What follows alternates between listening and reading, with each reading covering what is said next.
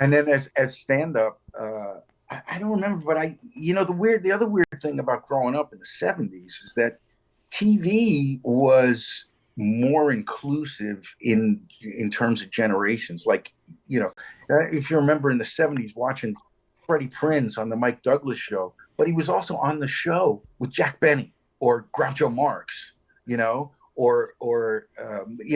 the Tonight Show, you could see somebody like Charlie Callis on the bill with Richard Pryor, and so you got a real expansive view of old comedy and new hip young comedy. You don't see that anymore. Now it's all about demographics and who they're trying to appeal to as a group. But at the time it was, so I think our generation might be or the generation after me maybe were probably the last generation where if you just turned on TV, you could actually see a breadth of comedy. That's a great point.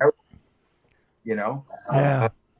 Yeah, because Milton Berle was still working, Phyllis Diller was still working. All those people were there, along with the Elaine Boozlers and the Freddie Prinzes and the Cheeches and Charlies. Yeah.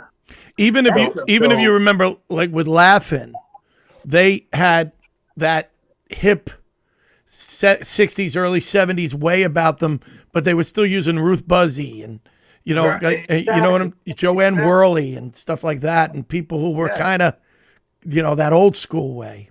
Yeah, so it was a real buffet of comic influences and history that you were exposed to without even trying. If you just watched the talk show, you would see that.